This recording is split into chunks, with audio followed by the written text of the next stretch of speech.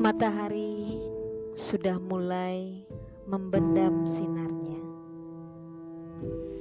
tergantikan oleh sinar rembulan dan juga sunaran bintang. Ya, aku duduk termenung di bawah sunaran itu. Pikiranku melayang, merenungkan hari demi hari yang sudah kulewati, menembus waktu akan kenangan yang indah di masa lalu.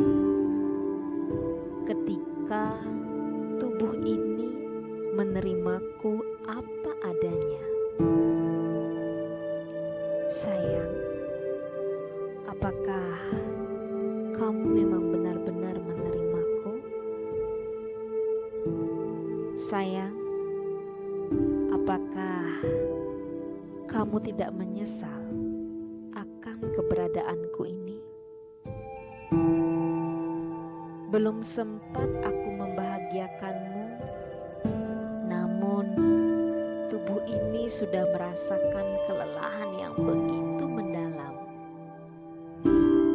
Hanya karena emosi yang tak tertahankan, sebagian tubuhku kaku, tak dapat memenuhi keinginanku, terlebih lagi keinginanmu, hasratmu yang paling dalam.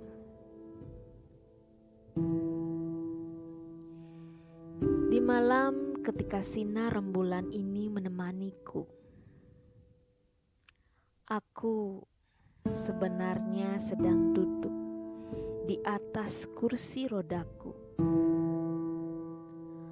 Aku melihat anak-anakku berlarian menikmati keriangannya, sedangkan istriku seperti biasanya, seusai ia bekerja, ia akan sibuk menyiapkan makanan untukku dan keluargaku. Sungguh keadaan yang sangat aku sesalkan.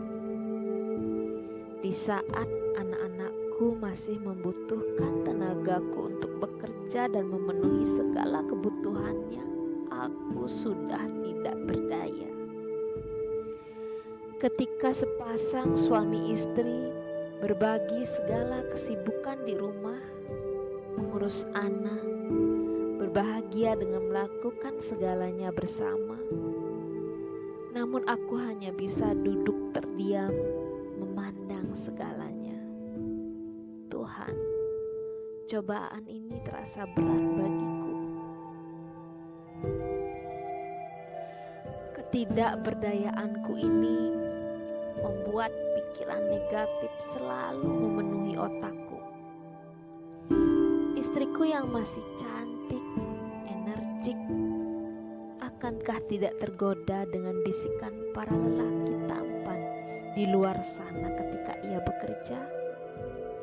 Atau anak-anakku yang masih periang ini, apakah tidak merasa malu dengan keadaan ayahnya yang seperti ini ketika teman sekolahnya bertanya tentang keberadaanku? Sungguh, pikiran ini membuat aku semakin terpuruk dengan sakitku ini. Ku melintasi ruang waktu kembali ketika badan ini masih sehat dan bugar. Dengan segala kesombongan dan keangkuhanku, aku bekerja menghasilkan uang. Ya, terbilang uang yang kuhasilkan sangatlah lebih dari batas cukup. Semua orang tertunduk padaku, bagaikan aku ini adalah gula yang banyak dikerumuni oleh semut-semut yang tergoda dengan manisnya gula. Kesombongan dan keangkuhan itu membuat aku mabuk akan kekuasaan, mabuk akan harta, kedudukan, dan kesombongan yang mengangkatku melambung tinggi. Namun, jika aku melihat orang sekelilingku mulai menaiki tangga karirnya, aku akan merasa tersaingi. Pikiranku akan kacau. Hatiku merantau-rantau berkecamuk mencari kesalahannya agar ia tidak bisa melebihi batas kekuasaanku. Namun, benar apa yang dikatakan orang. Roda itu berputar. Suatu keadaan yang membuat usahaku kacau, penghasilanku menurun. Aku mulai berpikiran buruk. Semut-semut yang tadinya mendekat, kini sudah pergi meninggalkan gula yang semakin terkikis ini. Orang di sekelilingku mulai menaiki puncak karirnya. Ia yang kini berada di atasku. Aku tidak bisa menerimanya. Banyak ulah yang aku lakukan, bukannya menghentikan langkah mereka untuk maju, malah aku yang terkena batunya.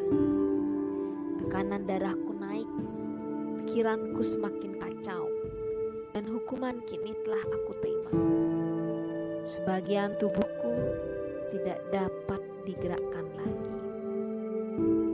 Semakin aku kacau dengan pikiran ini, semakin aku benci dengan semua keadaan ini. Lama aku terbaring di atas tempat tidurku. Aku berusaha menarik semua pikiran negatif ini. Mulai kurenungkan dan menerima semua hukuman ini. Hal ini membuatku semakin merasa baik. Walau dengan tubuh yang kaku, namun pikiran jahat terkadang keluar ketika rasa bosan dan ketidakberdayaan mengunjungi pikiran ini.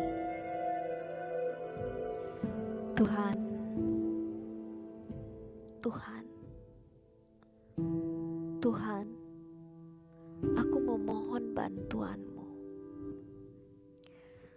Berikan aku kekuatan untuk menghadapi cobaan ini. Aku mengakui segala kesalahanku. Aku mengakui tindakanku hanyalah merugikan diriku sendiri. Padahal Engkau telah memberikan kebahagiaan yang melimpah ketika itu.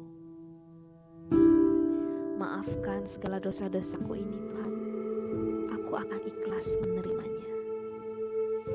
Pikiranku adalah sumber segala penyakitku. Jernihkanlah pikiranku ini dan terimalah segala penyesalanku ini, Tuhan. Aku bahagia melihat canda tawa anak-anakku setiap hari, dan mereka juga selalu sehat, bahagia. Ternyata kebahagiaan itu adalah kesederhanaan. Selamat malam.